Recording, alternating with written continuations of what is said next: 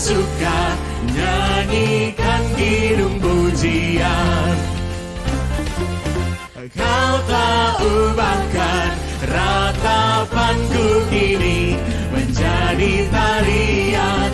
Ku kan bersuka, nyanyikan kidung pujian.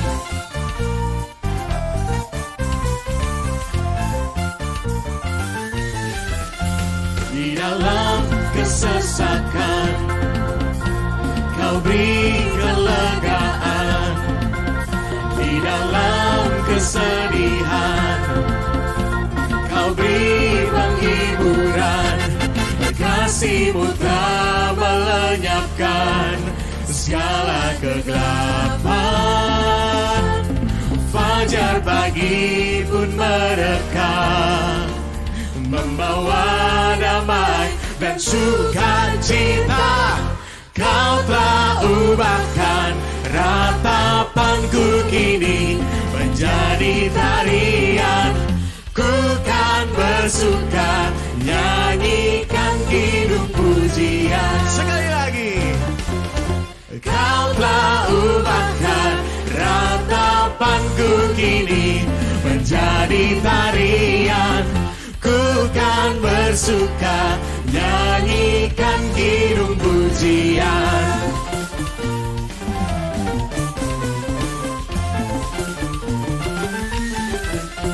Di dalam kesesakan Dia yang beri kelegaan, Kau beri kelegaan. di dalam kesedihan Dia beri penghiburan. Kau beri penghiburan. Kasih-Mu telah melenyapkan segala kegelapan. Fajar pagi pun mereka, membawa damai dan sukacita. Katakan, Kau telah ubahkan ratapanku kini menjadi tarian. Ku kan bersuka, nyanyikan kidung pujian. Kau telah ubahkan ratapanku kini menjadi tarian. Ku kan bersuka, nyanyikan kidung pujian. Amarah-Mu hanya sekejap saja, namun kemurahan-Mu dalam hidupku sepanjang masa. Kau telah ubahkan ratapanku kini menjadi tarian. Ku kan bersuka, nyanyikan kidung pujian. Mari kita sekali lagi. Kau telah ubahkan ratapanku kini menjadi tarian. Ku kan bersuka, nyanyikan kidung pujian.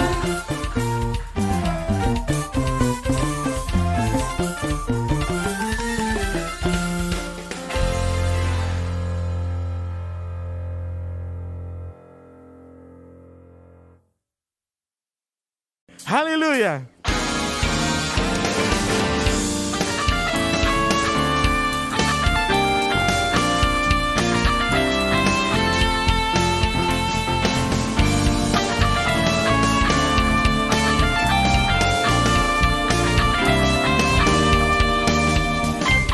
Amatlah senang dan bahagia, sandar pada lengan yang kekal.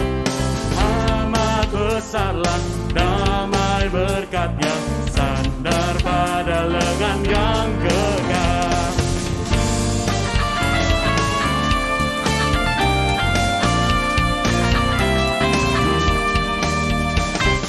Sungguhlah indah jalan musafir, sandar pada lengan yang kekal.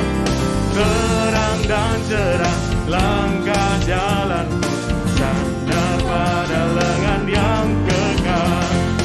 Sandar, sandar, aman tiada bahaya.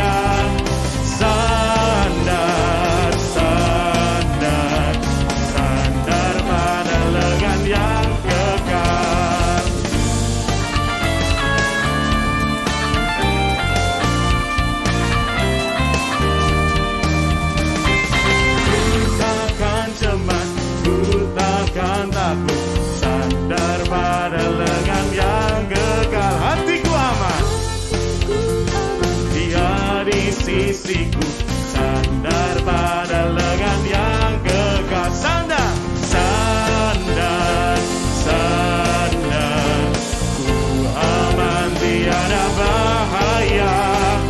Sandar, sandar, sandar pada lengan yang kekal.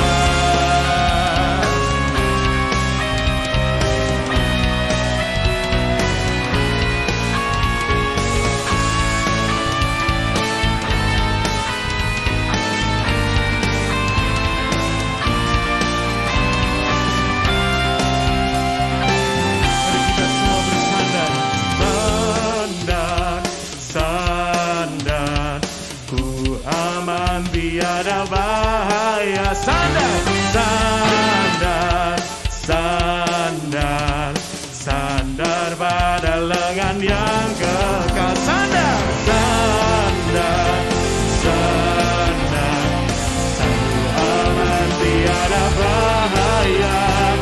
Sandar, oh sandar, sandar pada lengan yang kekal.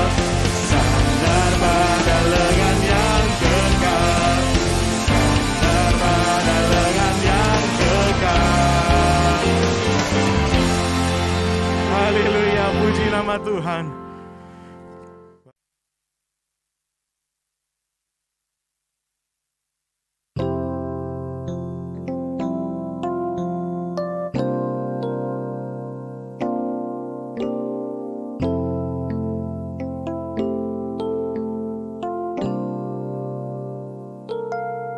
Tuhanku,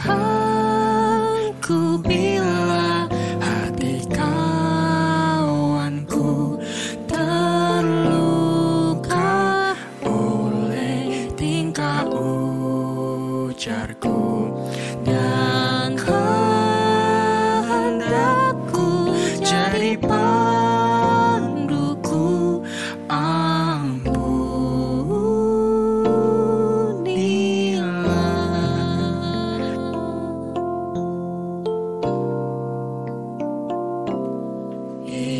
if I have wounded any soul today, if I have caused one foot to go astray, if I have walked in my own willful way, dear Lord,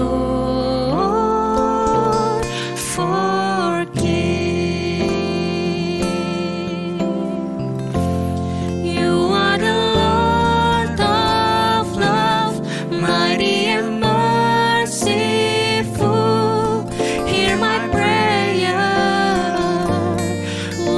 Forgive me, Lord. You are the Lord of love, mighty and merciful. I confess to you, forgive me, Lord.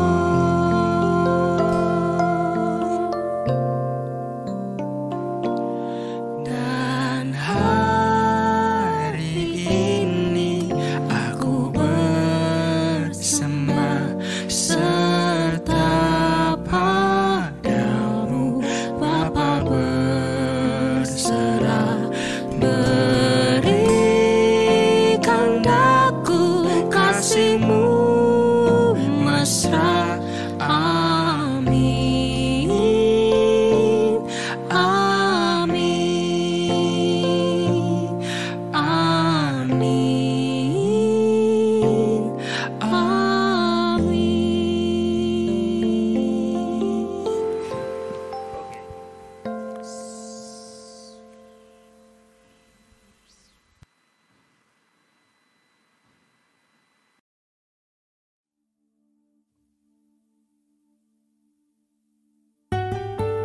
Tuhan, terima kasih karena anugerah-Mu yang begitu nyata buat kehidupan kami.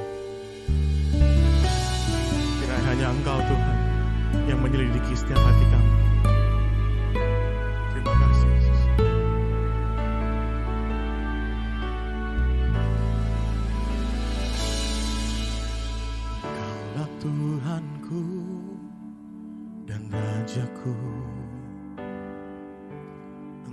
terang dambaan jiwaku. Tiada yang sepertimu di bumi dan di surga. Hanya Kau Tuhan yang ku cinta. Oh Tuhan, selidikilah, jagalah hatiku. Apakah aku masih setia kepadamu? Oh Tuhan, tolong hamba merindukanmu selalu, mengasihimu, pribadi yang agung.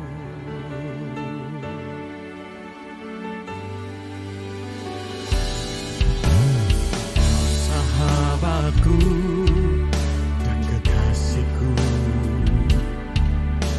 tiada kata yang dapat ungkapkan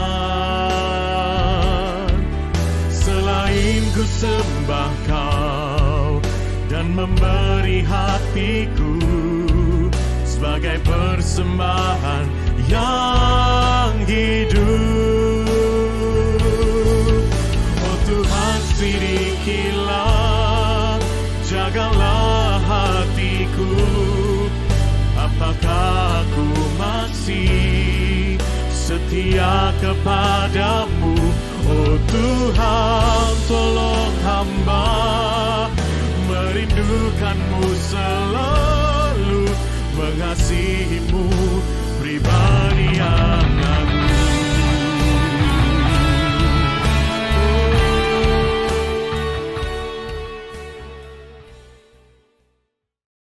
Shalom, jemaat yang dikasihi Tuhan.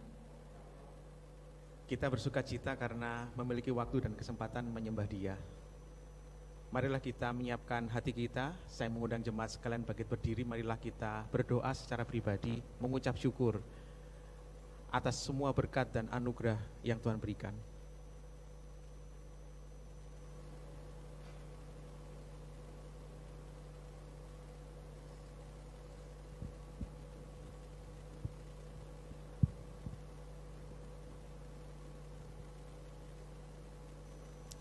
Jemaat yang dikasihi Tuhan, marilah kita mengarahkan hati kita kepada undangan Allah Tritunggal yang menciptakan, menebus, dan memelihara hidup kita. Marilah kita menyembah Dia dengan sebuah keyakinan bahwa pertolongan kita ialah datang dari Allah, pencipta langit dan bumi. Dia adalah Tuhan yang tidak pernah meninggalkan pekerjaan tangannya buat kita. Kiranya turun atas kita berkat dan damai sejahtera yang menyempurnakan ibadah kita yang dibuka di dalam nama Allah Bapa, Putra, dan Roh Kudus. Amin. Jemaat dipersilakan duduk kembali.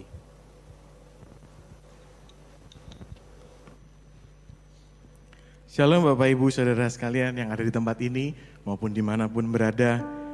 Matius 11 ayat yang ke-28, marilah kepadaku semua yang letih lesu dan berbeban berat, aku akan memberi kelegaan kepadamu. Marilah kita siapkan hati kita bersama-sama. Kita masuk di dalam ibadah bersama dengan Allah. Ia yang memanggil kita, dengan lembut Tuhan memanggil kita.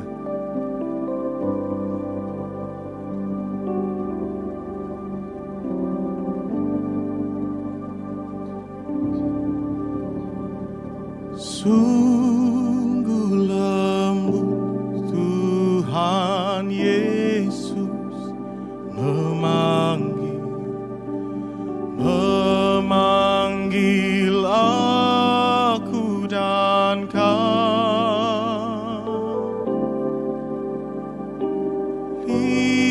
Lihatlah Dia di hati menunggu aku dan kau.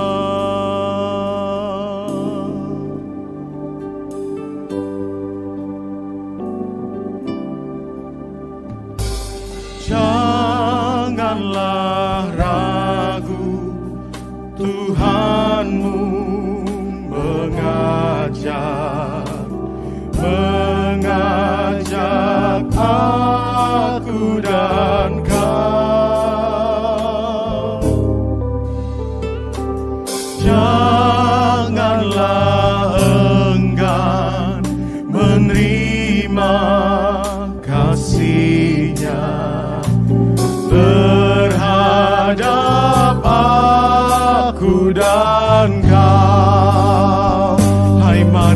datanglah. Hai mari datanglah,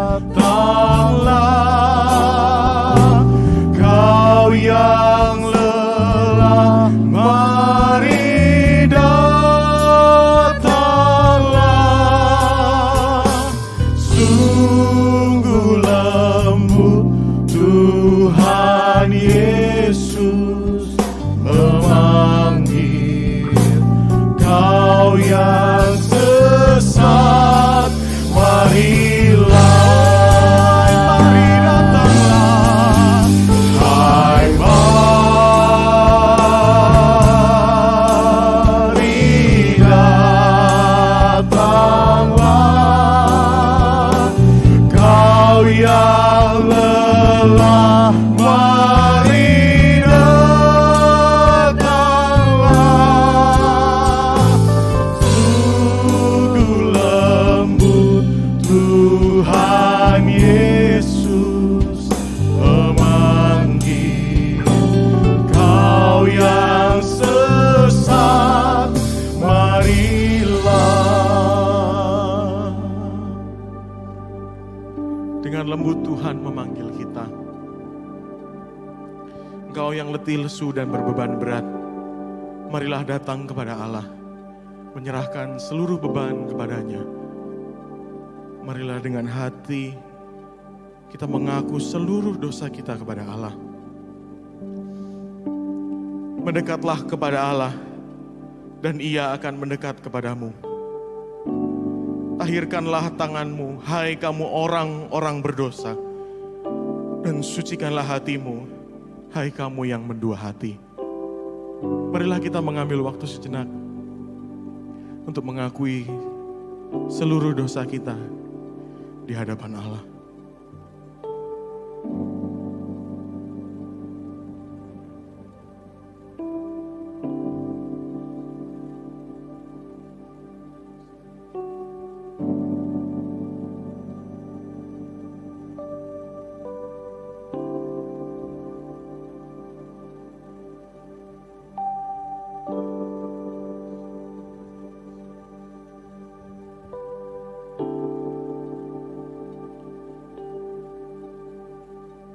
Yesus berjanji memberikan kasih-Nya kepada aku dan kau. Ia mengampuni orang berdosa seperti aku dan kau. Ia mengampuni orang berdosa seperti aku dan kau.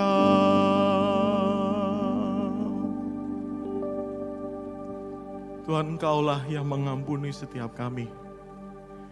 Engkau yang menyucikan kami. Engkau yang mengangkat beban kami, Tuhan. Kami yang letih, lesu, dan berbeban berat. Engkau memanggil kami untuk kembali kepadamu. Kami mau menyerahkan sepenuhnya kepadamu ya Tuhan. Dan kami sungguh bersyukur atas itu. Terima kasih Tuhan, terima kasih. Hanya di dalam nama Tuhan kami Yesus Kristus, kami berdoa dan mengucap syukur. Amin. Bapak Ibu sekalian, marilah terima petunjuk hidup baru dari Yohanes 3 ayatnya yang ke-17. Sebab Allah mengutus anaknya ke dalam dunia, bukan untuk menghakimi dunia, melainkan untuk menyelamatkannya oleh Dia. Oleh karena itu marilah kita berdiri, kita akan mengikrarkan pengakuan iman Nicea Konstantinopel yang berbunyi demikian.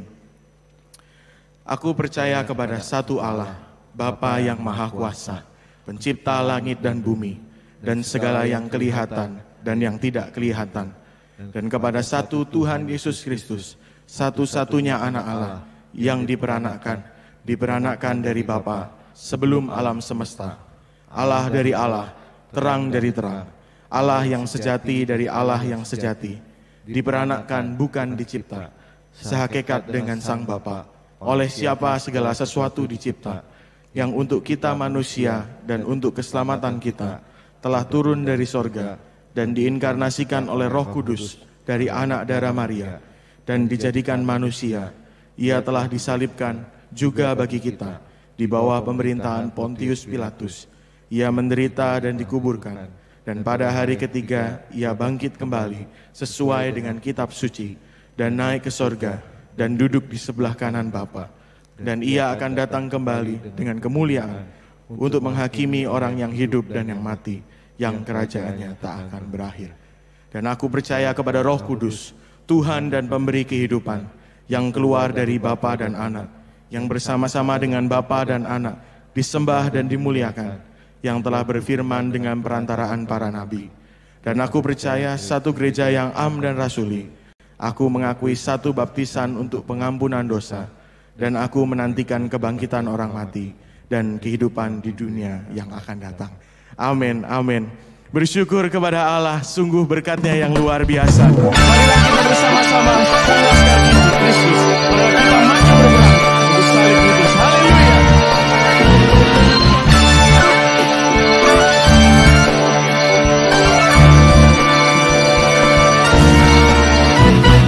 Majulah laskar Kristus, maju berperang, ikut salib Yesus yang memimpinku. Kristus Tuhan Raja, bawa umatnya maju dalam perang, ikut panjinya.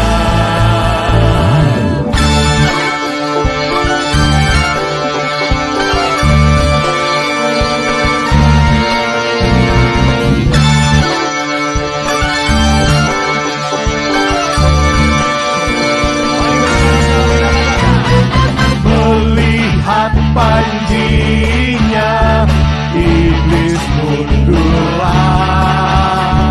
Laskar Yesus Kristus, majulah terus. Pujian bergema, musuh gentarlah. Umat semua nyanyi, puji Tuhannya. Majulah laskar Kristus, majulah laskar Kristus, maju berperang, ikut panji Yesus, pasti menanglah.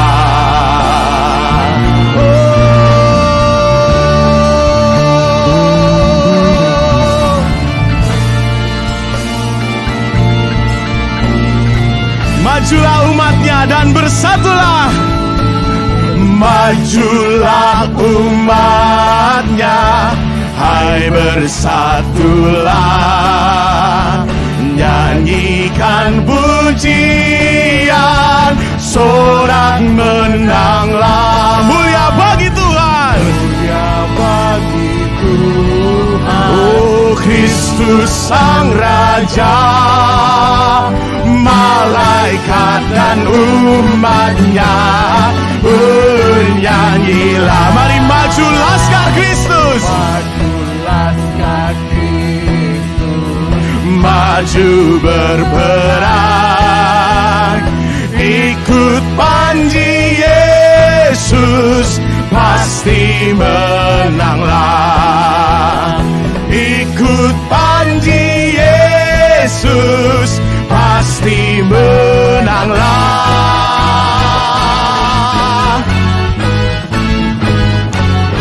Berikan sorak-sorai bagi Dia. Haleluya.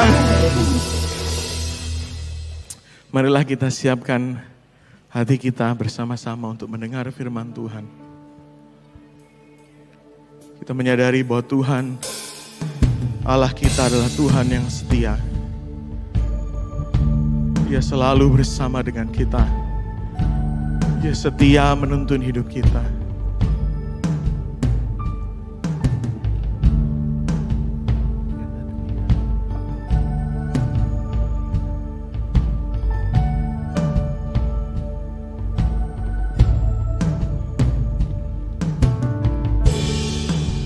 Tiada yang dapat pisahkan ku dari terangnya kasih-Mu. Kau hadirkan ketenangan yang tak bisa dunia berikan. Kini Kau pegang hidupku dan Kau hapus kesalahanku. Berharganya pengorbanan yang memberikan keselamatan. Kau hadir di setiap langkahku. Ku aman di dalam hadirat-Mu. Kau buktikan Engkau setia.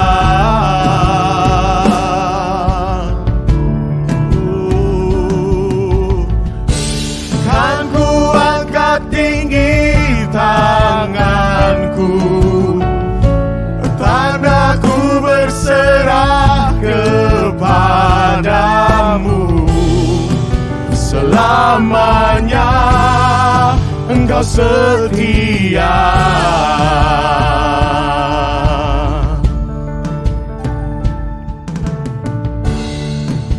Kini Kau pegang hidupku dan Kau hapus kesalahanku. Dan Kau hapus kesalahanku. Berharganya pengorbanan yang memberikan keselamatan. Kau hadir di setiap langkah kami, Tuhan. Kau hadir di Setiap langkahku, ku aman di dalam hadirat-Mu. Kau buktikan Engkau setia.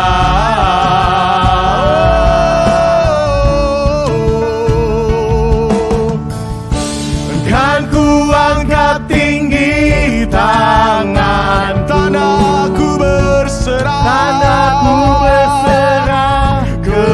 kepadamu. Selamanya Engkau setia.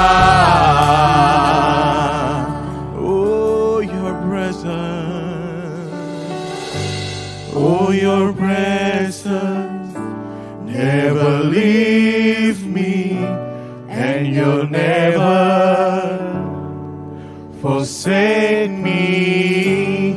Oh, your presence never leave me, and you'll never forsake me. Oh, your presence never leave me, and you'll never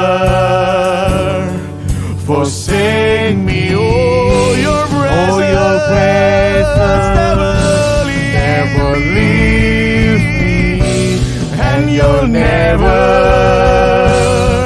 forsake me.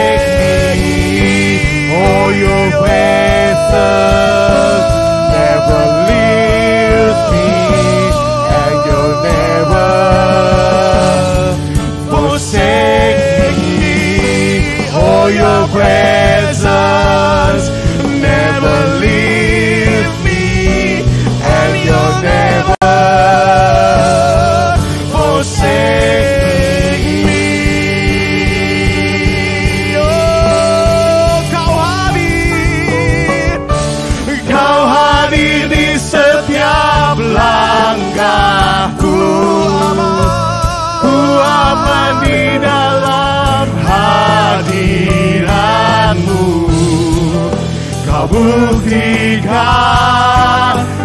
setia. Kan ku angkat tinggi tanganku, Kan ku angkat tinggi tanganku, tandaku berserah, tandaku berserah kepadamu.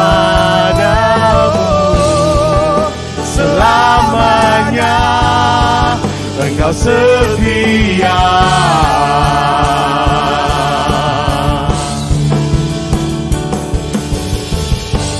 Oh, your presence never leave me, and you'll never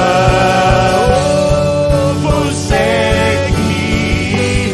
Oh, your presence never leave me, and you'll never forsake me.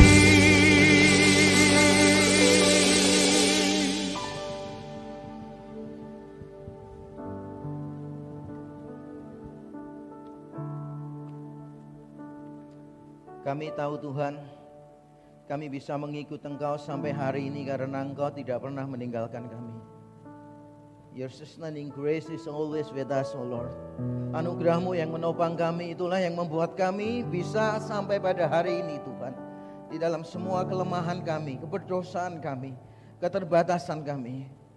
Kami hanya mau bersyukur untuk kasih karunia-Mu yang besar.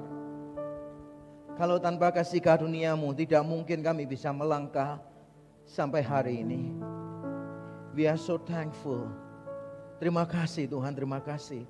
Dan sebentar kami membuka hati kami untuk firman Tuhan, supaya kami semakin mengenal Engkau. Karena kami tahu mengenal Engkau adalah tujuan hidup kami. Semakin mengenal Engkau, semakin memuliakan Engkau, dan semakin menikmati Engkau untuk selama-lamanya.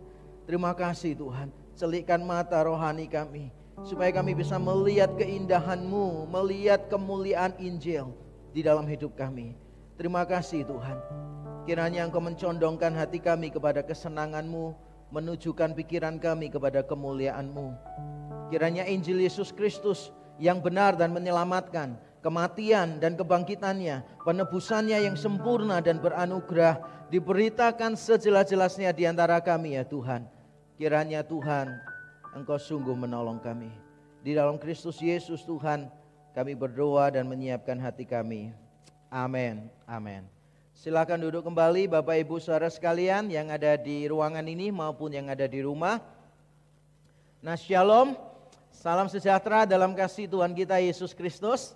Ini kali yang kedua kita bisa beribadah bersama-sama secara onsite dan online. Dan luar biasa ini sukacita yang besar bagi jemaat dan simpatisan REK yang ada di Surabaya yang belum bergabung dalam ibadah online. Mari kita bersama-sama memikirkan untuk berkumpul bersama-sama, karena itulah indahnya persekutuan di dalam Tuhan. Kita bukan cuma datang untuk menyanyi, kita bukan cuma datang untuk mendengarkan firman, tapi bisa bersekutu satu dengan yang lainnya. Nah, hari ini adalah minggu yang kedua, dan seperti biasa di gereja kita REK, Reform Exodus Community, kita akan melanjutkan seri khotbah eksposisi dari Perjanjian Lama, yaitu dari kitab Amos. Nah, saya ingin memulai sebelum kita nanti akan membaca teks kita, saya ingin memulai dengan sebuah cerita, sebuah ilustrasi. Nah, saudara, kita tahu bersama banyak negara itu kena korupsi. Ada kasus korupsi di mana-mana. Jangan bilang kalau negaranya sangat maju, hukumnya sangat ketat, tidak ada korupsi.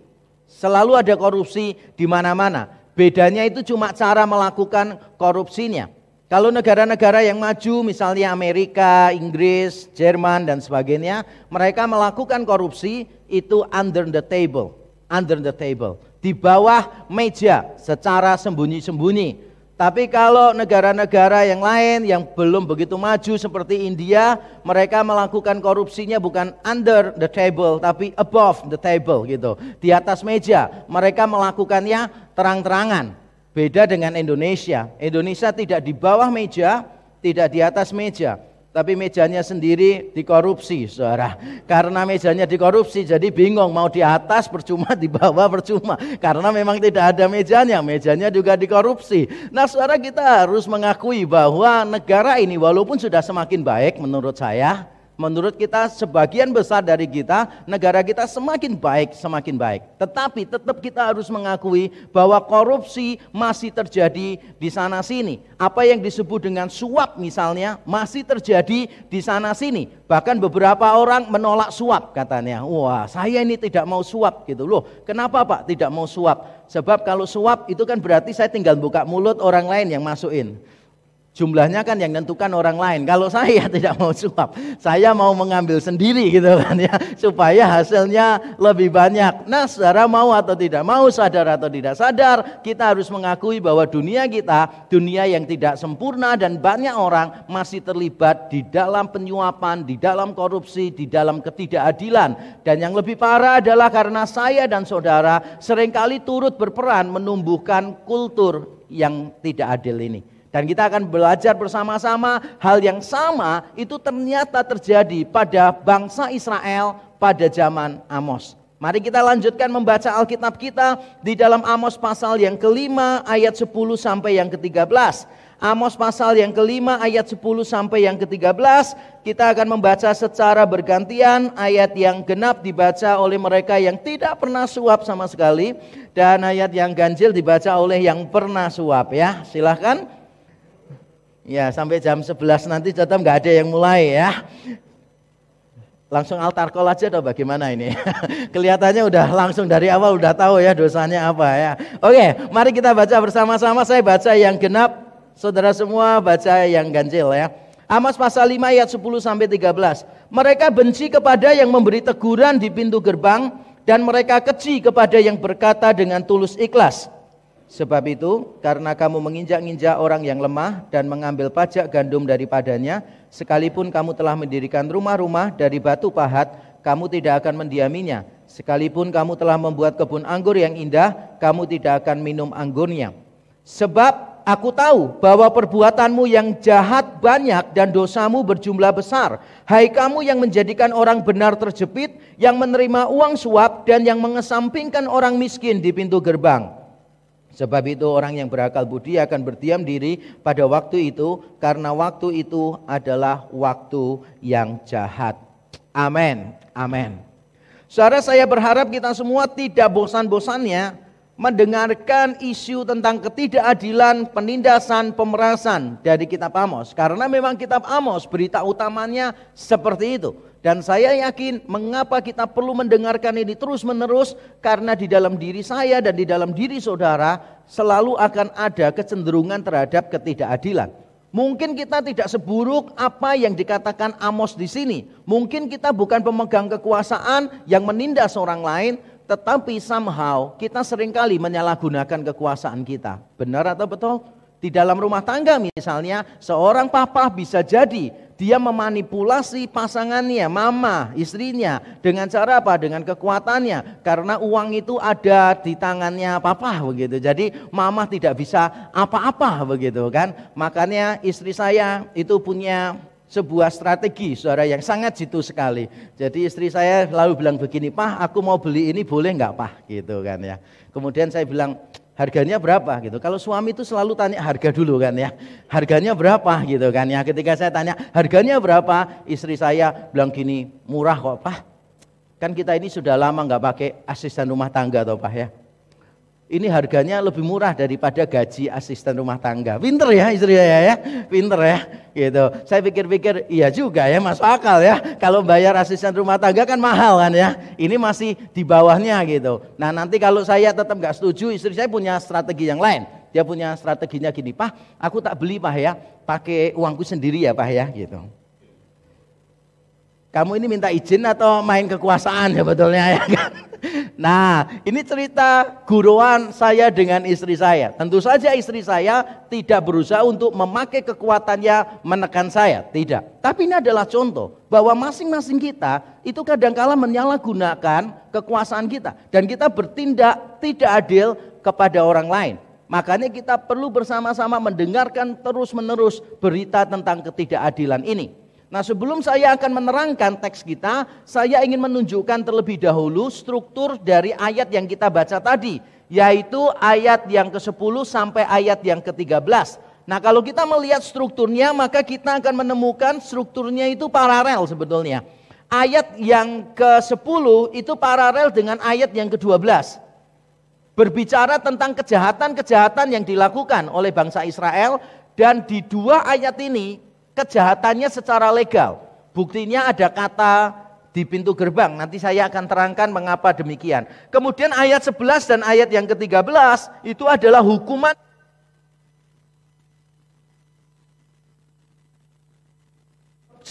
Dan 13 itu ditandai dengan kata karena itu. Karena itu.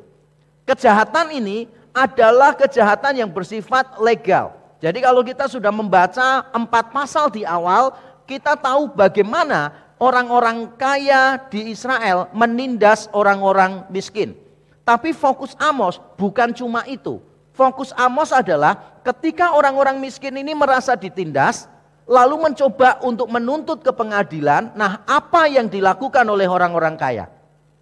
Jadi teks kita hari ini fokusnya bukan pada orang kaya menindas orang miskin saja, tetapi bagaimana setelah upaya menuntut keadilan yang dilakukan oleh orang-orang miskin ke pengadilan ini direspons oleh orang-orang kaya.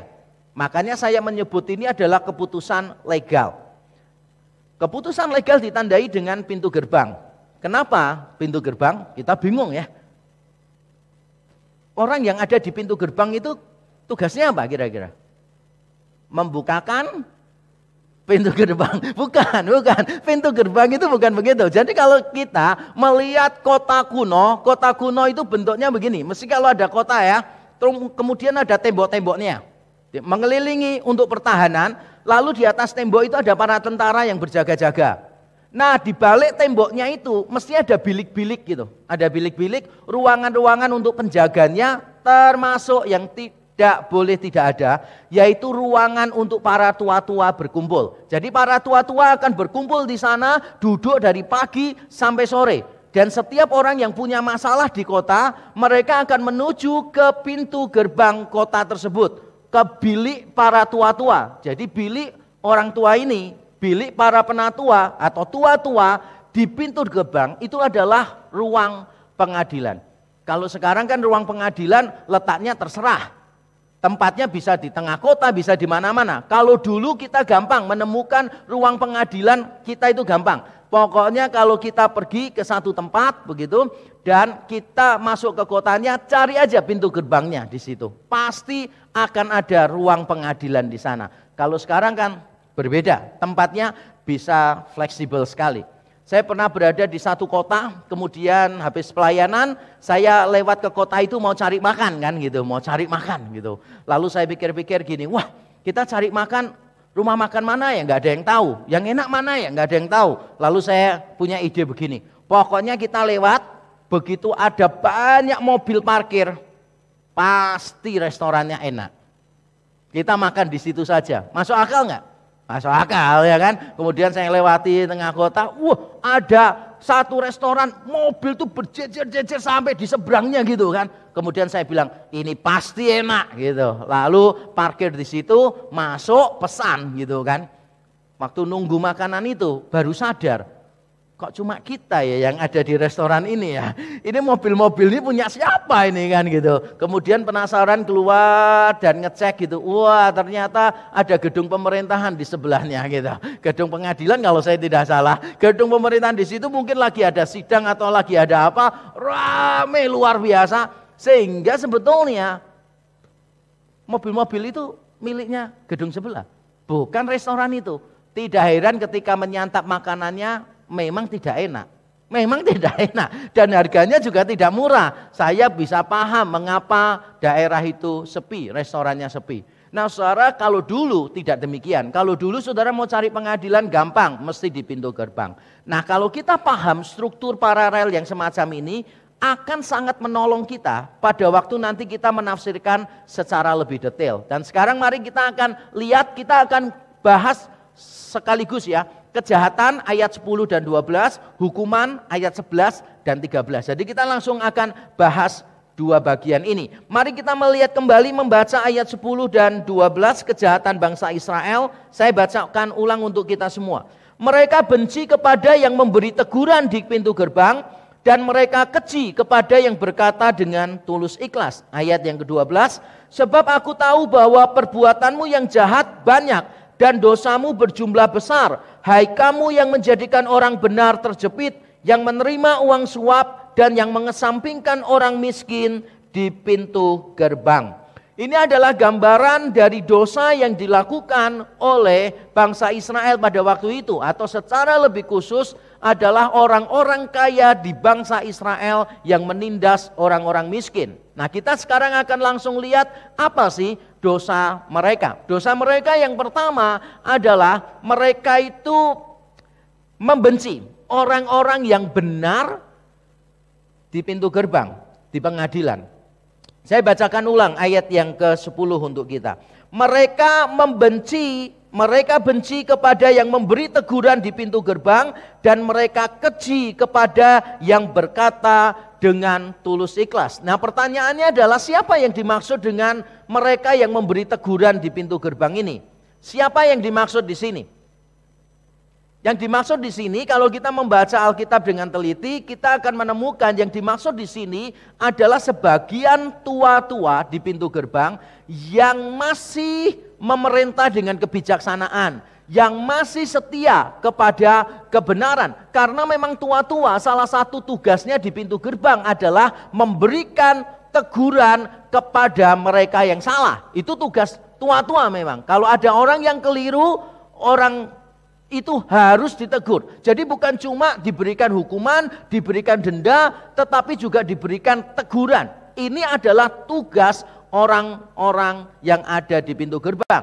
Tapi pada zaman Amos, pada waktu itu, ternyata orang-orang yang menegur ini menjadi musuh dari orang-orang kaya. Mari kita lihat satu ayat yang penting, yaitu di dalam Yesaya 29 ayat 21. Saudara, saya akan bacakan.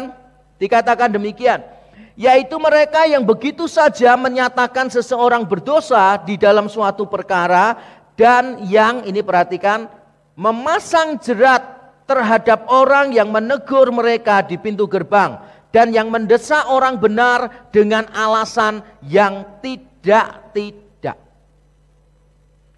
Jadi seharusnya para tua-tua memang memberikan teguran-teguran kepada masyarakat, siapapun dia, tidak peduli orang itu kaya atau miskin, para tua-tua harus memberikan teguran. Makanya kemarin dalam seminar keluarga, saya juga memberitahu, anak-anak saya dulu waktu kecil-kecil minder karena teman-temannya kaya-kaya semua kan gitu. Saya menghibur anak saya dengan kalimat, kamu gak usah khawatir, orang tuanya teman-temanmu itu kaya-kaya, tapi kamu harus tahu satu hal, yang berani marahin orang kaya itu cuma pendeta. Jadi kamu harus bangga, papamu walaupun tidak kaya tapi berani menegur orang-orang kaya gitu kan. Nah, memang itulah tugas para pemimpin rohani, harus berani menegur orang kaya. Nah, kalau hamba Tuhan tidak berani menegur orang kaya, maka hamba Tuhan itu akan diatur oleh orang kaya. Saya sadar orang kaya itu diperlukan oleh gereja, benar ya? Kalau nggak ada orang kaya susah, makanya ada pendeta banyak yang bilang begini, orang kaya itu ya, kalau ada orang kaya di gereja bikin susah. Tapi kalau nggak ada orang kaya lebih susah katanya. Jadi lebih baik ada orang kaya supaya susah tapi ada hasilnya gitu, daripada nggak ada gitu kan ya, susah dan nggak ada hasilnya katanya. Tapi saya yakin bahwa hamba-hamba Tuhan seharusnya berani menegur orang-orang kaya. Saya beberapa kali berjumpa dan beda pendapat dengan hamba-hamba Tuhan tertentu, saya selalu memberitahu, bukan yang di sini ya, tapi di tempat lain. Saya berapa kali menegur orang, kamu tuh hamba Tuhan, kamu bukan hamba uang. Kalau ada orang yang salah, tidak peduli dia sumbangannya sebesar apapun, tetap kamu harus berani menegur. Tidak peduli dia perintis gereja yang telah berjasa besar seperti apapun, kalau dia salah harus ditegur. Makanya saya memberitahu jemaat juga, kalau hamba Tuhan salah juga harus berani menegur. Harus berani menegur. Paling-paling loh saudara dikasih surat atestasi suruh pindah gereja ya kan? Enggak lah. Hamba Tuhan di sini tidak akan melakukan begitu saudara ya, enggak akan. Cuma saudara akan didoakan aja terus menerus. Ya. Nah, saudara didoakan kalau hamba Tuhan lain yang mendoakan enggak masalah ya. Kalau saya yang mendoakan biasanya orangnya langsung berpulang ke rumah Bapa di surga soalnya. Saya ini suka membuat orang lain bahagia soalnya ya. Jadi saya doakan supaya orang itu berbahagia di sisi penciptanya. Nah,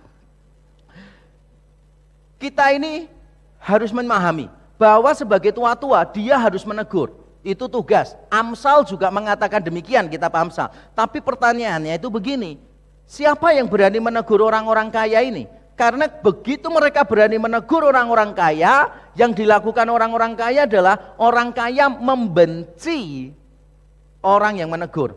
Tapi membencinya itu bentuk apa? Apakah cuma perasaan? Ternyata tidak loh saudara. Membencinya di sini itu adalah bentuknya memasang perangkap itu di Yesaya.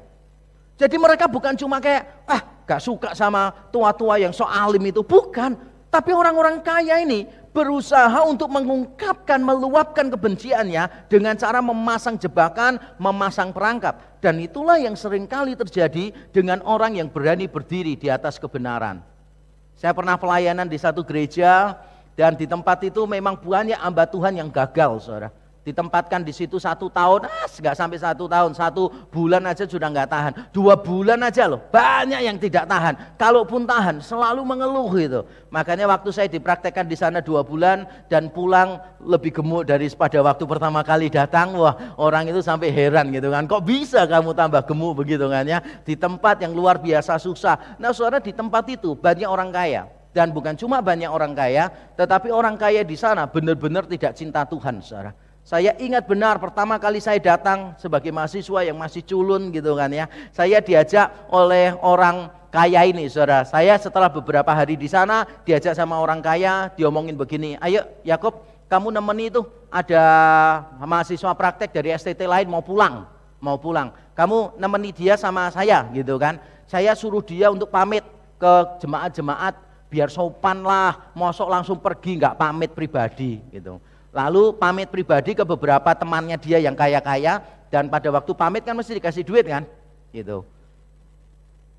Lalu mahasiswa ini pulang ke kampusnya dia. Wah, di gereja itu tersebar berita. Mahasiswa ini cari duit, menjilat orang kaya, sengaja pamit untuk cari uang. Padahal yang menyuruh pergi ke rumahnya orang kaya siapa? Ya orang kaya ini. Dia sudah ngatur dengan teman-temannya. Dan saya juga pernah dijebak begitu kok. Saya ditelepon, Yakub tolong ya doakan si A ini, dia lagi sakit. Oh ya, saya datang, saya doakan. Setelah saya doakan, saya dikasih amplop tebal gitu kan, saya kasih gitu. Saya langsung tahu, wah ini pasti jebakan gitu. Saya langsung ngomong, terima kasih Pak, saya kalau di rumah jemaat saya tidak terima uang gitu. Bapak kalau mau memberikan persembahan untuk gereja, masukkan di kantong gereja saja. Karena saya tidak menerima persembahan dari tangan jemaat di rumah jemaat. Gitu. Oh enggak apa-apa, ini sungguh kita mau bantu. Saya tetap bilang, tidak, sama sekali tidak. Karena saya belajar banyak dari pengalaman-pengalaman yang ada di sana, saudara. Jadi benar-benar tempat pelayanan itu adalah tempat pelayanan yang paling sulit. Secara keuangan tidak ada, penderitaannya luar biasa, fitnahan di sana sini. Orang kalau sudah tidak suka dengan seorang hamba Tuhan, maka orang-orang kaya ini akan berkomplot, rapat untuk menjatuhkan hamba Tuhan ini, saudara. Entah dengan memberikan wanita untuk menjebak dia gitu, entah dengan memberikan uang, entah dengan mengadu domba dan sebagainya. Makanya saya teringat pertama kali gembala sidangnya menuntun saya, mengantar saya ke gereja itu. Gembala sidangnya berkata, Nak Yakub kalau di sini 2 bulan kuat, Nak Yakub di mana saja pasti kuat.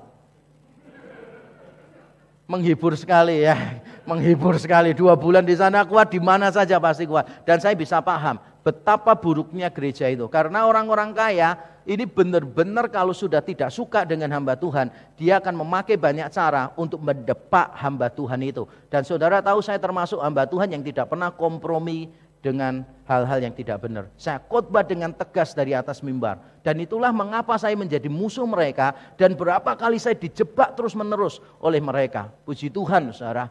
Beberapa kali saya dijebak, saya sudah tahu saya bisa menghindarinya. Beberapa kali saya benar-benar mau masuk perangkap, tapi puji Tuhan, Tuhan punya cara untuk menjaga saya. Dan itulah yang terjadi di bangsa Israel. Ketika ada orang yang berani bersuara benar, maka mereka dibenci dengan cara apa? Dibuat perangkap untuk menjatuhkan mereka. Bukan cuma mereka membenci orang-orang yang menegur di pintu gerbang, tetapi mereka juga keji terhadap mereka yang berkata tulus ikhlas. Siapa yang berkata tulus ikhlas di sini?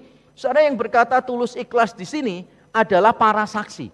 Para saksi yang benar. Jadi terjemahan yang lebih hurufiah, berkata benar atau berkata dengan benar. Jadi para saksi zaman dulu memegang peranan yang sangat penting sekali. Saudara bisa bayangkan begini, zaman dulu tidak ada tes DNA, tidak ada sidik jari, tidak ada CCTV.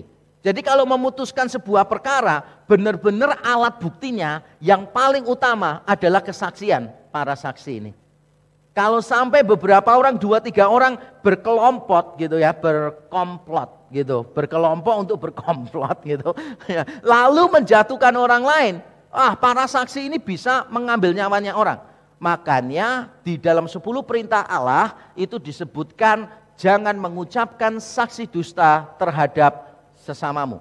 Dulu saya pikir mengucapkan saksi dusta itu cuma ya biasalah kita ngomong bohong kepada teman kita, kepada orang lain. Bukan ternyata. Itu konteksnya adalah pengadilan. Dan benar-benar perlu diatur. Jangan sampai berkata dusta. Karena alat bukti satu-satunya atau paling tidak yang paling utama adalah kesaksian para saksi. Dan pada waktu zaman Amos masih ada beberapa orang kok yang berani berkata dengan benar. Tapi apa yang menimpa para saksi ini? Orang-orang kaya itu keji terhadap mereka. Bahasa Indonesia menerjemahkannya keji. Kalau dalam bahasa Inggris diterjemahkannya orang-orang kaya itu merendahkan, menghina mereka. Terjemahan bahasa Inggris begitu. Tapi saya menemukan pada waktu saya mencari kata Ibrani yang dipakai di sana, saya menemukan ternyata ada satu ayat lain di Mika yang mengaitkan kata ini dengan kata keadilan. Dan kalau dikaitkan dengan kata keadilan, artinya bukan cuma keji, menghina, tetapi muak. Saya bacakan Mika pasal yang ketiga ayat 9. Baiklah dengarkan ini, hai para kepala kaum Yakub dan para pemimpin kaum Israel. Hai kamu yang muak terhadap keadilan. Kata muak di sini persis sama dengan kata keji yang ada di Amos pasal 5 tadi. Hai kamu yang muak terhadap keadilan dan yang membengkokkan segala yang lurus. Jadi mereka itu keji itu artinya muak, benar-benar muak melihat orang yang berkata benar. Kita ini biasanya muak dengan orang yang berkata bohong, benar gak sih? Kita muak banget gitu dengan orang yang munafik, suka bohong, suka fitnah, kita muak. Tapi aneh. Orang-orang kaya di Israel pada zaman Amos, mereka muak dengan para saksi yang berkata benar. Kata yang dipakai itu bukan tidak suka loh saudara. Keji, memandang hina, jijik dengan orang-orang yang semacam ini. Aneh kan? Harusnya saksi-saksi yang benar ini kan orang yang mulia. Tapi justru dianggap rendah, dianggap hina, menjijikkan di mata orang-orang kaya. Sehingga sekarang saudara bisa dapat gambaran orang-orang kaya ini seberapa besar benci mereka, ketidaksukaan mereka terhadap orang-orang yang benar di pengadilan. Mereka sangat tidak suka. Mereka berusaha membuat jebakan supaya orang-orang ini pada akhirnya bisa keluar semua dari pintu gerbang. Supaya orang-orang ini tidak lagi menjadi pengambil keputusan legal. Dan itu yang dilakukan oleh mereka. Tapi bukan berhenti sampai di situ. Dosa mereka yang kedua adalah mereka menyuap para penegak hukum. Saya bacakan ayat yang ke-12. Sebab aku tahu bahwa perbuatanmu yang jahat banyak dan dosamu berjumlah besar. Hai kamu yang menjadikan orang benar terjepit, yang menerima uang suap dan yang mengesampingkan orang miskin di pintu gerbang. Aku tahu bahwa perbuatanmu yang jahat banyak dan dosamu berjumlah besar. Hai kamu yang menjadikan orang benar terjepit, yang menerima uang suap dan yang mengesampingkan orang miskin di pintu gerbang. Saudara, saya yakin ayat ini seharusnya kita baca sebagai satu kesatuan. Dosanya itu tidak 3, tetapi dosanya 1. Dan bahasa Indonesia memberi kita terjemahan yang cukup baik. Bahasa Indonesia terjemahnya begini. Hai kamu yang, gitu. Hai kamu yang, lalu ada 1, 2, 3. Nah ini terjemahan yang sangat baik. Versi Inggris ada dua yang memakai persis sama dengan LAI terjemahan baru.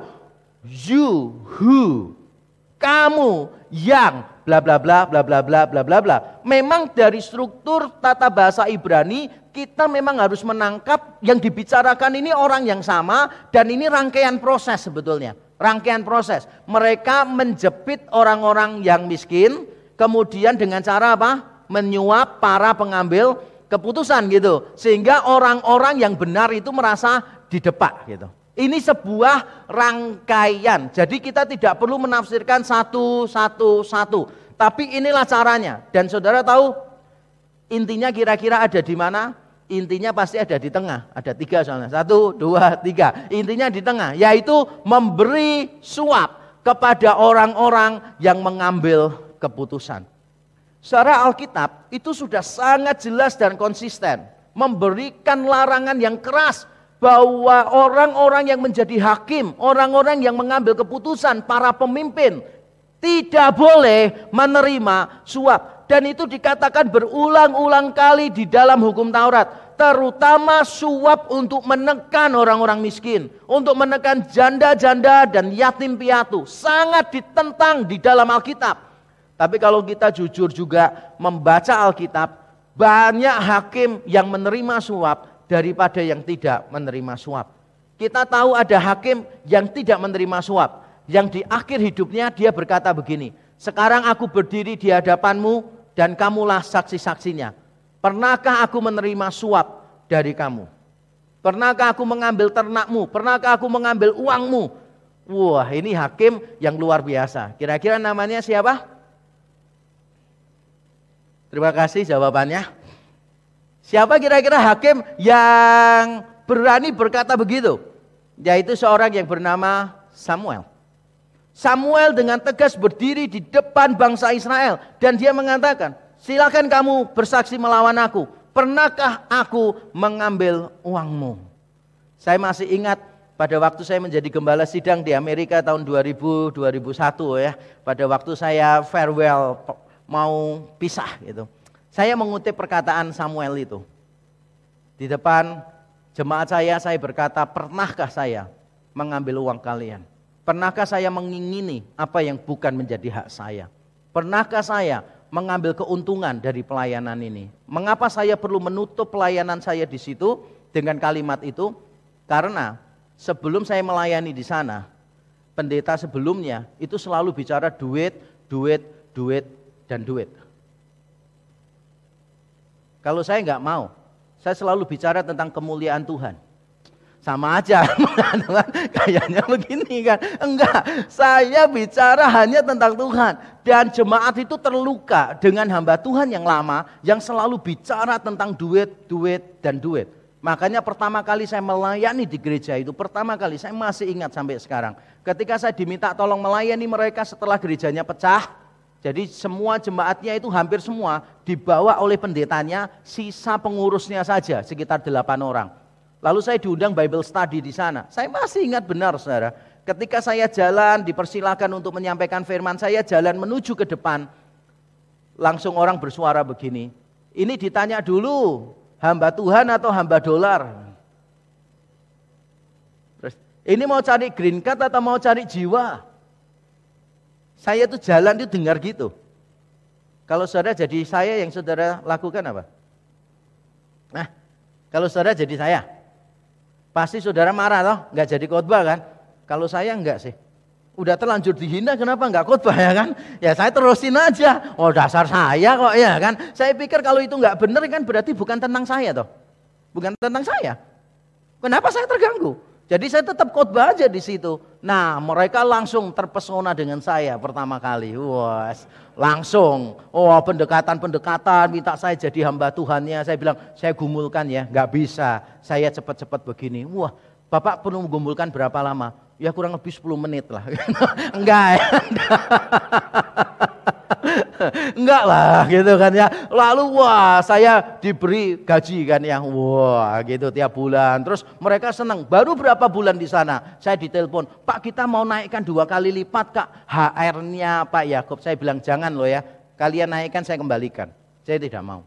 Lalu mereka mulai mau ganti mobil saya. Saya bilang saya nggak mau. Karena mobil ini dikasih orang, walaupun jelek dikasih orang. Dan orangnya masih ada. Nanti kalau saya nggak pakai mobil ini, saya menyinggung perasaan orang itu, ya kan? Jadi kalau kamu mau ngasih saya mobil baru, kamu upayakan memindahkan orang itu dulu. Enggak. Saya bukan tipikal orang semacam itu.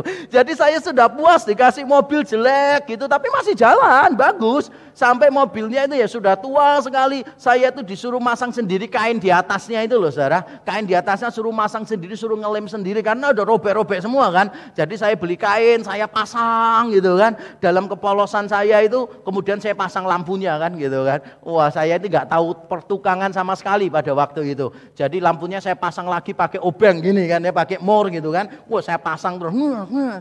Begitu selesai saya keluar dari mobil, mornya keluar gini.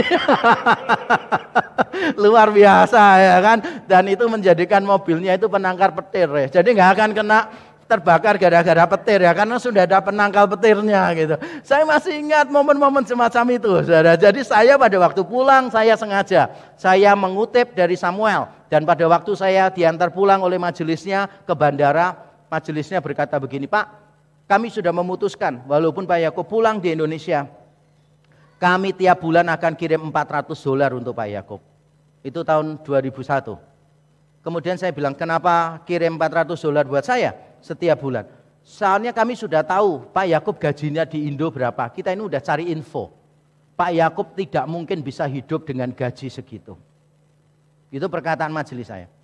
Lalu saya bilang begini, Pak bisa menepi sebentar nggak? Begitu menepi, saya ngomong gini, terima kasih untuk perhatian Bapak. Sampaikan terima kasih saya kepada semua pengurus yang ada. I do appreciate the offer. Tapi cukup atau tidak cukup bukan urusan Bapak. Cukup atau tidak cukup itu urusan saya dengan Tuhan saya. Jadi jangan pernah kirim $1 pun ke saya. Saya tidak mau. Biarkan saya melatih iman saya bersama dengan Tuhan. Dan benar, saya tidak pernah menerima dari mereka. Karena saya benar-benar tolak. Saya ingin jemaat di sana belajar bahwa tidak semua hamba Tuhan mata duitan. Saya ingin mereka belajar bahwa tidak semua hamba Tuhan kebenarannya bisa dibeli dengan uang. Makanya saya tegas kepada orang-orang kaya yang ada di gereja ini, saudara. Saya mengasihi orang-orang kaya di sini dan saya bersyukur, saudara. Kalau saya mendengar ya gereja-gereja lain itu, waduh, orang-orang kayanya itu yang kaya raya gitu, bikin masalah luar biasa di gerejanya, saudara. Saya bersyukur di sini, saudara. Nggak ada yang kaya raya.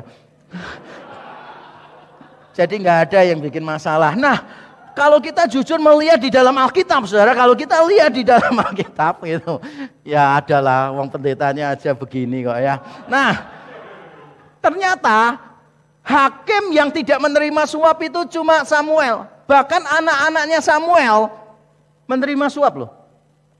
Ketika ayahnya masih hidup, anak-anaknya sudah menerima suap. Dan kalau saudara membaca ayat-ayat yang saya tampilkan dari Yesaya, dari Yeskiel, dari Mika, saudara akan menemukan sebelum pembuangan ke Babel atau ke Asyur, banyak hakim yang menerima suap. Dan itulah yang terjadi, saudara. Mungkin saudara berkata begini, aku bukan pejabat pemerintah, aku tidak menerima suap. Tapi saudara harus sadar bahwa kecenderungan kita kepada suap itu tetap ada. Saya cerita saja, saya sebagai hamba Tuhan. Apakah firman Tuhan ini bukan untuk hamba Tuhan? Oh, pasti untuk hamba Tuhan. Hamba Tuhan pernah terima suap? Tidak. Tetapi jangan salah. Kalau jemaat itu dekat dengan hamba Tuhan, memberi terus kepada hamba Tuhan, kira-kira hamba Tuhannya berani negur nggak? Itu pertanyaan penting.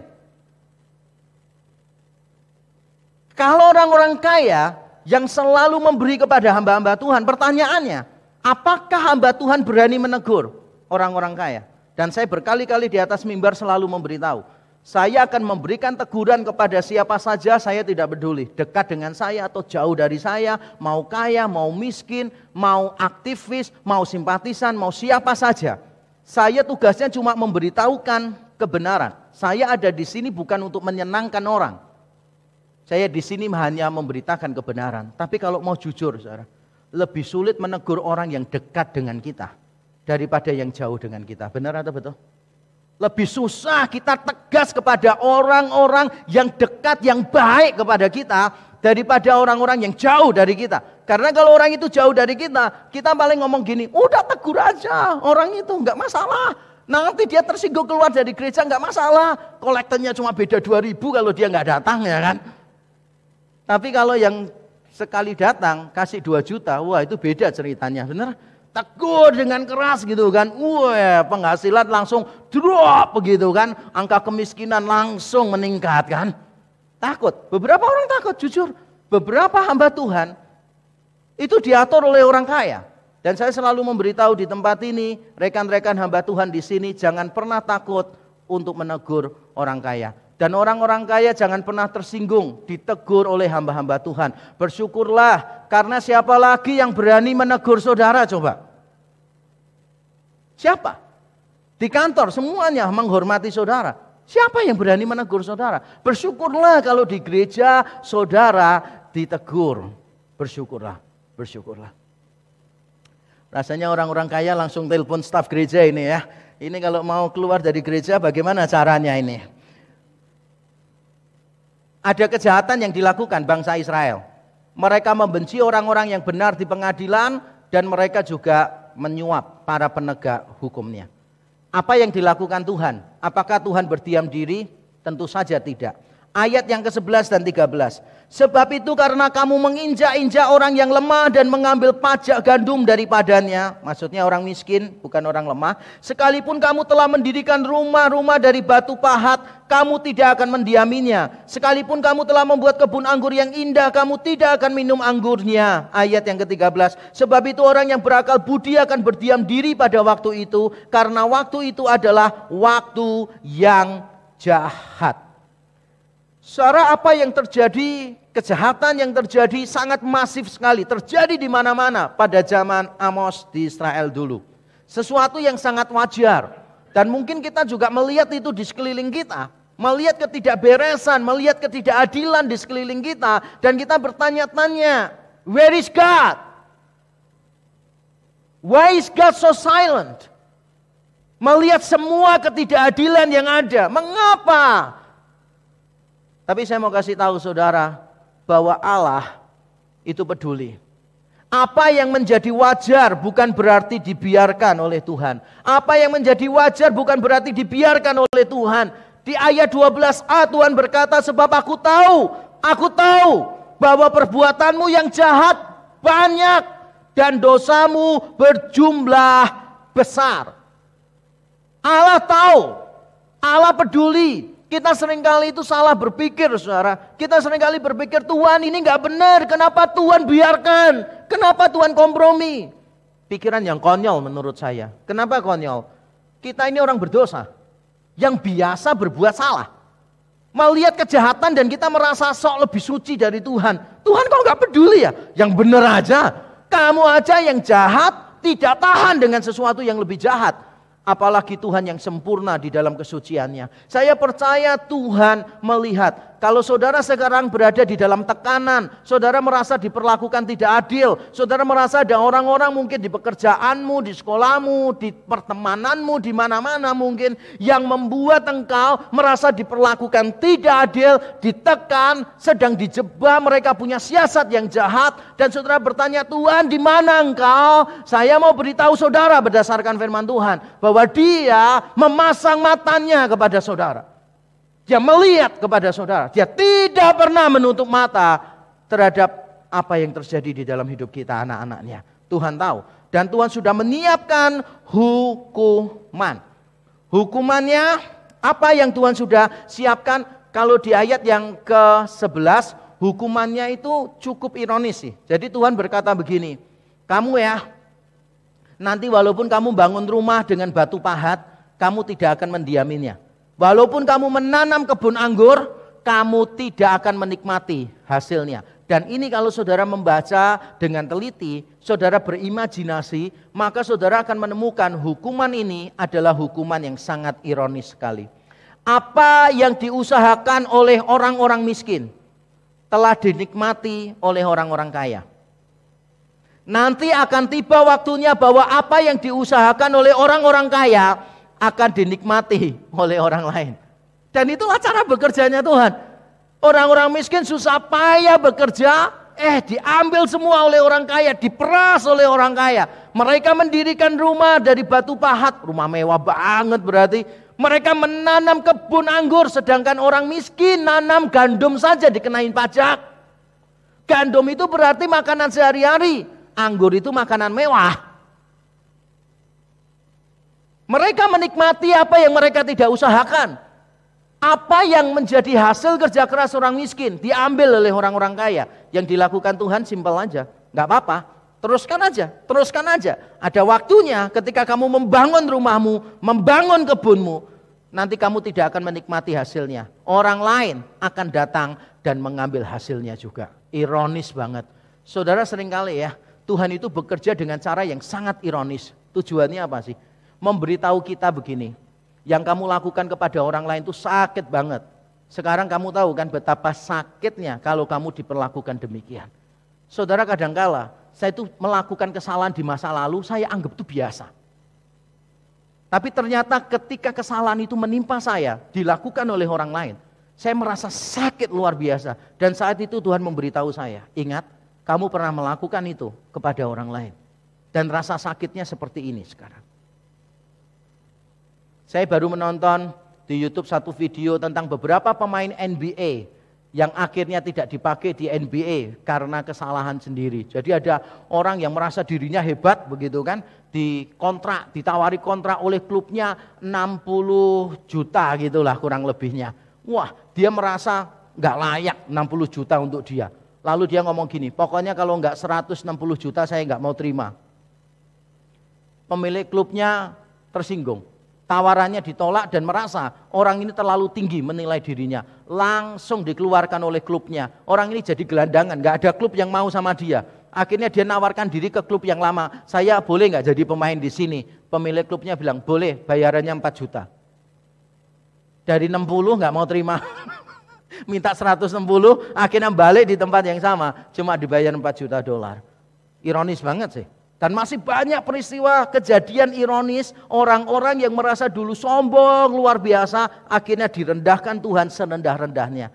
Orang-orang yang keras pada akhirnya ditemukan dengan yang lebih keras sehingga dia bertobat. Seorang hukuman yang Tuhan siapkan di ayat 11 adalah hukuman yang sangat ironis. Nah, hukuman berikutnya Tuhan siapkan di ayat 13, tapi ini ada kesulitan terjemahan. Saya harap Bapak Ibu Saudara bersabar sebentar dengan saya. Nah, saudara, di dalam terjemahan bahasa Indonesia dan hampir semua bahasa Inggris, terjemahannya begini. Sebab itu orang yang berakal budi akan berdiam diri pada waktu itu, karena waktu itu adalah waktu yang jahat. Sebab itu orang yang berakal budi akan berdiam diri pada waktu itu. Berarti ini menunjukkan konsekuensi, bukan hukuman. Kalau menurut terjemahan ini. Jadi karena orang ngomong benar nanti dijebak, karena orang ngomong benar nanti dimusuhi, akibatnya orang-orang yang berakal budi bijaksana berdiam diri nggak ngapa-ngapain. Tapi saya merasa bahwa terjemahan ini mungkin perlu dikaji ulang. Walaupun saya cek hampir semua terjemahan mengambil terjemahan ini. Tapi ketika saya menyelidiki dan saya membaca sebuah artikel khusus tentang ayat ini di sebuah jurnal yang terkenal, saya meyakini bahwa ayat ini rasanya perlu dipikirkan ulang. Mengapa perlu dipikirkan ulang terjemahannya? Karena begini, saya yakin ayat 13 itu bukan cuma konsekuensi. Orang-orang bijaksana jadi takut, bukan. Tapi ini adalah hukuman. Mengapa saya yakin ini hukuman? Ya karena tadi loh strukturnya. Ingat ya strukturnya di awal.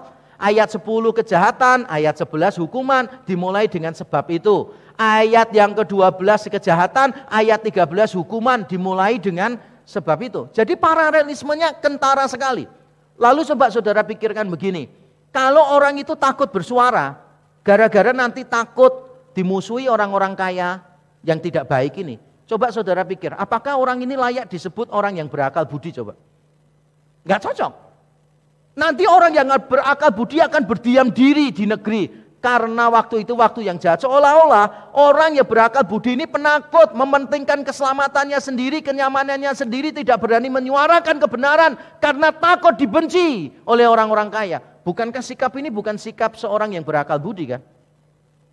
Dan yang berikutnya, Saya merasa bahwa seharusnya kata Ibrani yang dipakai di situ yaitu kata hamaskil. Kata hamaskil itu berasal dari kata Ibrani shakal. Nggak usah dihafalkan ya, nggak usah dihafalkan.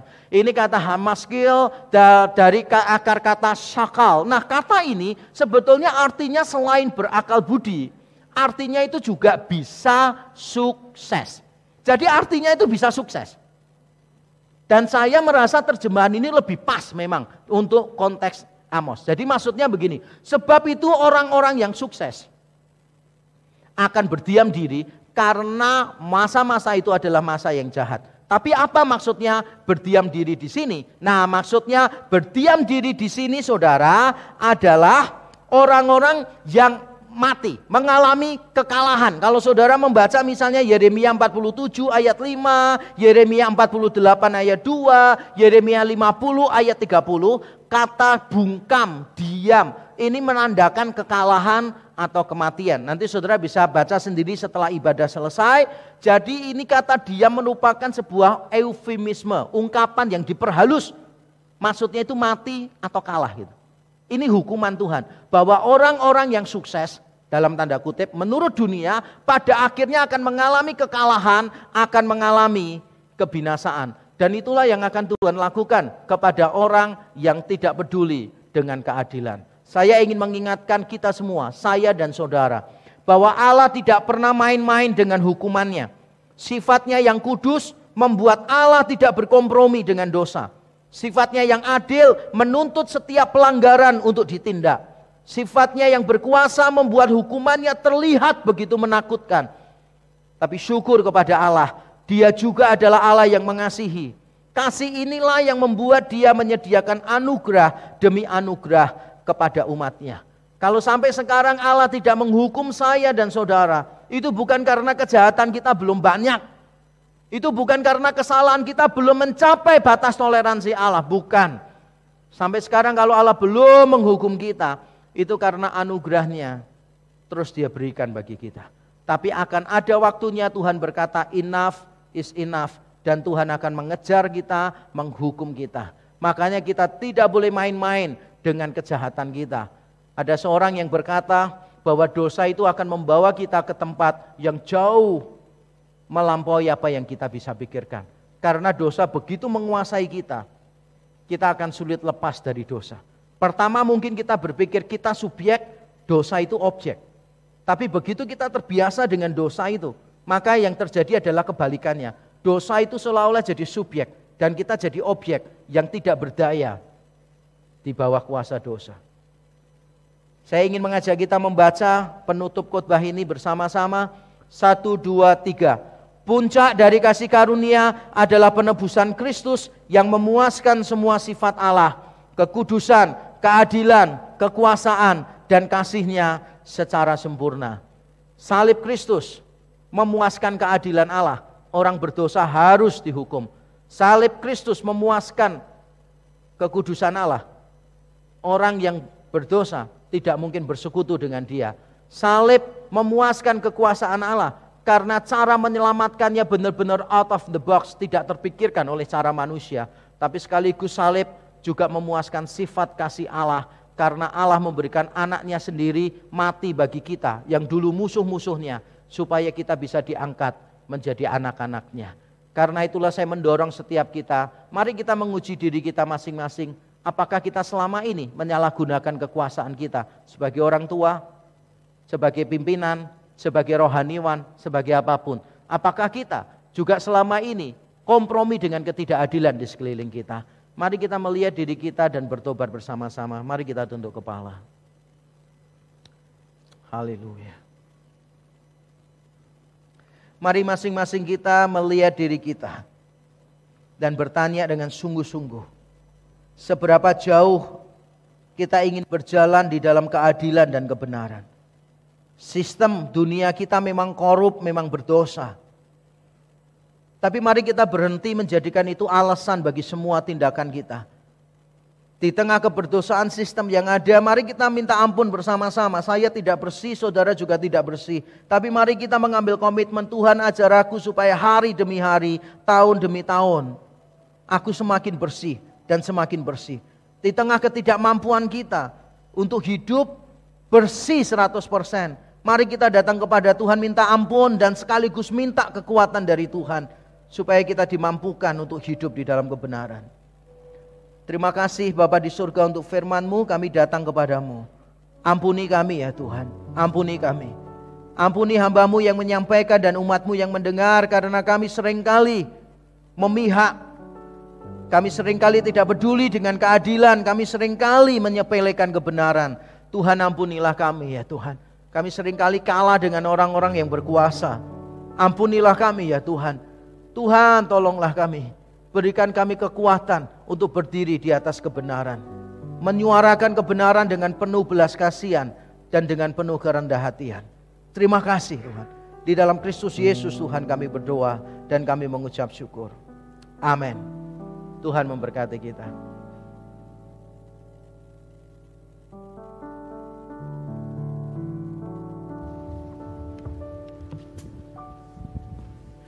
Bapak Ibu Saudara sekalian, tiba saatnya untuk kita memberikan persembahan. Persembahan dapat diberikan melalui transfer ke rekening yang sudah ada di layar Bapak Ibu. Juga dapat melalui QR Code yang juga ada di layar Bapak Ibu. Sedangkan untuk Bapak Ibu yang berada di gereja bisa memberikan persembahan melalui QR Code. Dan apabila ingin memberikan persembahan secara offline, dapat memasukkan persembahan ke dalam amplop dan nanti dimasukkan ke dalam kotak persembahan setelah ibadah. 1 Tawarik 16 ayatnya yang ke-29. Berilah kepada Tuhan kemuliaan namanya, bawalah persembahan dan masuklah menghadap Dia, sujudlah menyembah kepada Tuhan dengan berhiaskan kekudusan.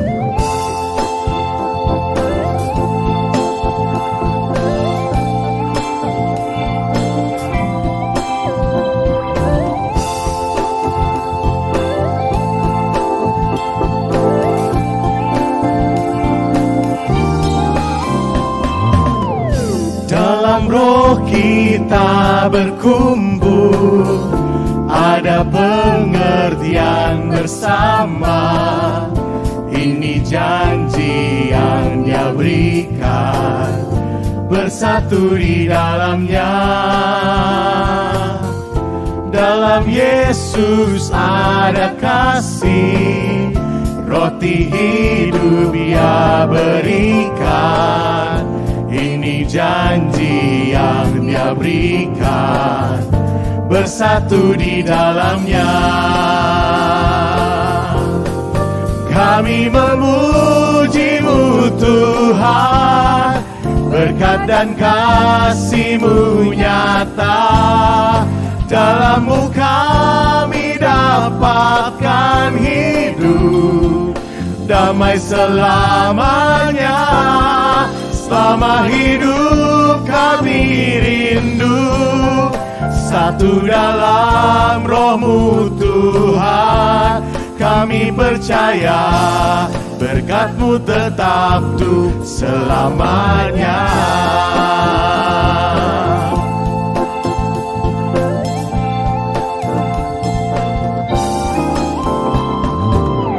Saat kita akan berkumpul, bagi kasih pengertian, kita dapat merasakan kesatuan dalamnya. Bersyukurlah pada Yesus, kan berkat-Nya pada kita. Dia menuntun hidup kita. Oh bersyukurlah, kami memuji-Mu Tuhan. Kami memuji-Mu Tuhan, berkat dan kasih-Mu nyata. Dalam-Mu kami dapatkan hidup, damai selamanya. Selama hidup kami rindu, satu dalam Roh-Mu Tuhan. Kami percaya berkat-Mu tetap untuk selamanya.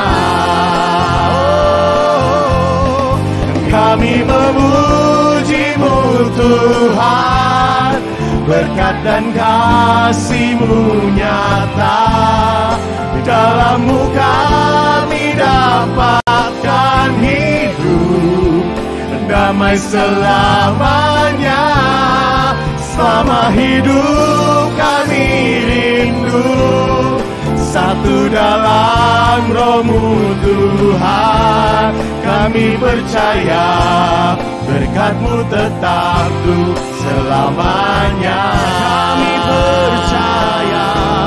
Kami percaya berkat-Mu tetap untuk selamanya.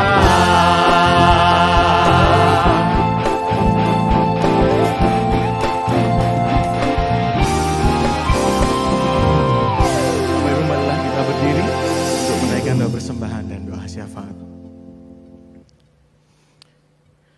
Bapa kami yang bertahta di dalam kerajaan surga, kami sungguh bersyukur buat kasih setia yang Tuhan berikan kepada setiap kami. Tuhan, kami mau berdoa untuk persembahan yang kami berikan. Kiranya persembahan kami dapat dikelola dengan baik, hanya demi pekerjaan tangan Tuhan dan demi kemuliaan Allah. Tuhan, kami ingin berdoa untuk tim medis yang sedang merawat pasien COVID-19. Kiranya Tuhan yang memberikan mereka kesehatan dan kemampuan di tengah semakin banyaknya pasien COVID-19. Kami berdoa untuk kebutuhan obat-obatan, perlengkapan medis dalam merawat pasien sehingga seluruhnya dapat tercukupi dengan baik. Dan kami juga berdoa untuk kesembuhan pasien COVID-19. Tuhan, kami mau berdoa untuk setiap masyarakat di dalam kondisi saat ini agar tetap berhati-hati dan mengikuti protokol kesehatan dalam maraknya varian-varian baru dari COVID-19. Kiranya Tuhan yang tetap melindungi dan Tuhan yang menyertai agar setiap masyarakat dapat terus melakukan protokol kesehatan. Bapak, di Kamis besok tanggal 13 Mei kami akan melakukan ibadah streaming kenaikan Tuhan Yesus Kristus. Kami berdoa kiranya Tuhan yang tetap melingkupi dan melindungi, karena kami juga akan melakukan ibadah secara onsite di Rek Kutisari dan juga di Rek Batam. Kiranya jemaat dapat mempersiapkan hati dalam mengikuti ibadah agar dapat berjumpa dengan Tuhan secara pribadi, dan setiap jemaat dapat sungguh-sungguh memuji, menyembah Tuhan, dan fokus dalam mendengarkan firman Tuhan. Kiranya Tuhan sajalah yang memberikan kekuatan dan kesehatan kepada setiap hamba Tuhan, kepada pemimpin pujian, kepada pengkhotbah, kepada pemain musik, operator LCD, operator lighting, semua yang bertugas pada hari esok. Kiranya Tuhan yang memberikan kekuatan dan kesehatan. Dan tak lupa kami juga berdoa Tuhan untuk setiap peralatan yang akan digunakan, setiap koneksi internet, agar Tuhan sajalah yang melingkupi dan berjalan dengan baik. Terima kasih Bapak, terima kasih. Supaya di dalam nama Tuhan kami Yesus Kristus, kami telah berdoa dan mengucap syukur. Amin. Bapak Ibu dipersilakan untuk duduk kembali, kita akan melihat pengumuman.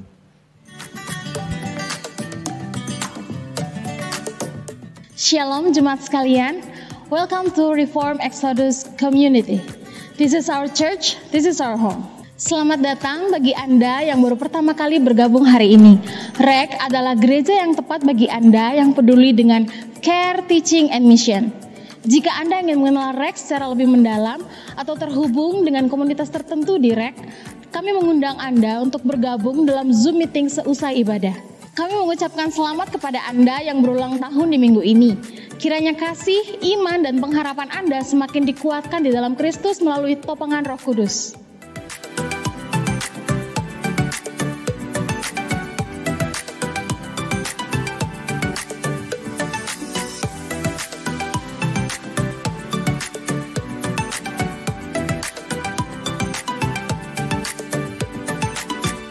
Mari luangkan beberapa menit untuk mendoakan dan mengucapkan selamat kepada jemaat REK yang akan berulang tahun minggu depan.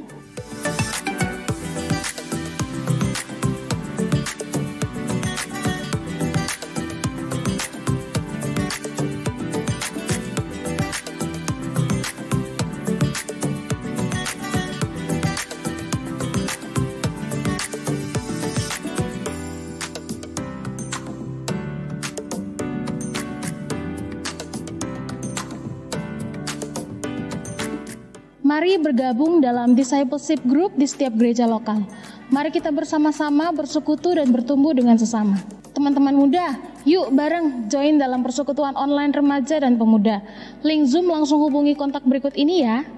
Puji Tuhan, proyek renovasi gedung gereja Rekninden sudah hampir selesai. Mari terus doakan dan dukung apa yang sudah kita kerjakan. Bapak, Ibu, Saudara dapat mentransfer dukungan Anda ke rekening berikut ini. Jangan lupa untuk menambahkan angka 9 pada digit terakhir. Terus dukung proyek pembangunan kelas 3 dan 4 SD Kristen Exodus Sorong dalam doa dan dana. Persembahan bisa disalurkan melalui rekening misi berikut ini. Informasi lebih lanjut silakan menghubungi Ibu Venisa. Mari beribadah bersama dalam ibadah kenaikan Tuhan Yesus yang bertema Kenaikannya yang Mengubahkan. Kamis 13 Mei 2021 pukul 10 pagi yang akan dilayani oleh Pendeta Yakub Trihandoko. Bagi jemaat yang ingin hadir on-site dapat mendaftarkan diri di bit.ly/kenaikan Yesus Rek.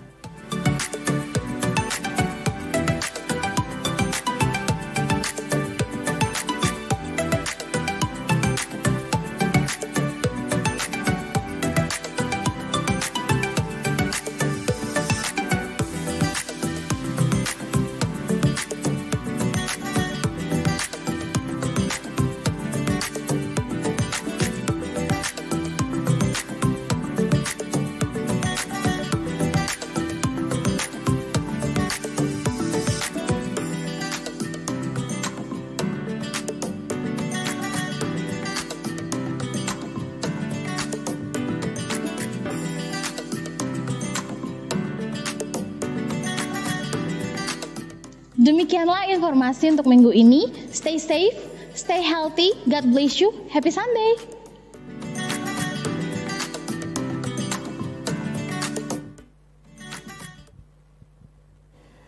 Jemaat yang dikasihi Tuhan, kiranya firman-Nya sudah menegur, memberikan kekuatan kepada kita untuk menjadi pelaku-pelaku firman. Saya mengundang jemaat sekalian, kalau kita akhiri ibadah kita dengan memberikan pengagungan kepada doksologi. Puji Allah Bapa Putra, puji Allah Roh Kudus, ketiganya yang pohon selamat, sumber berkah. Jemaat yang dikasihi Tuhan, terimalah berkat Tuhan. Kiranya Allah Bapa memberkati dan melindungi engkau dengan berkat jasmani maupun rohani. Kiranya Yesus Kristus menyinari engkau dengan wajah-Nya dan memberikan kasih karunia keselamatan surgawi. Dan kiranya Allah Roh Kudus menghadapkan wajah-Nya kepadamu dan memberikan penyertaan penghiburan sejati serta damai sejahtera yang akan mengiring engkau selama-lamanya sampai Kristus datang yang kedua kali. Dan terimalah berkat-berkat itu hanya di dalam nama Yesus Kristus. Amin.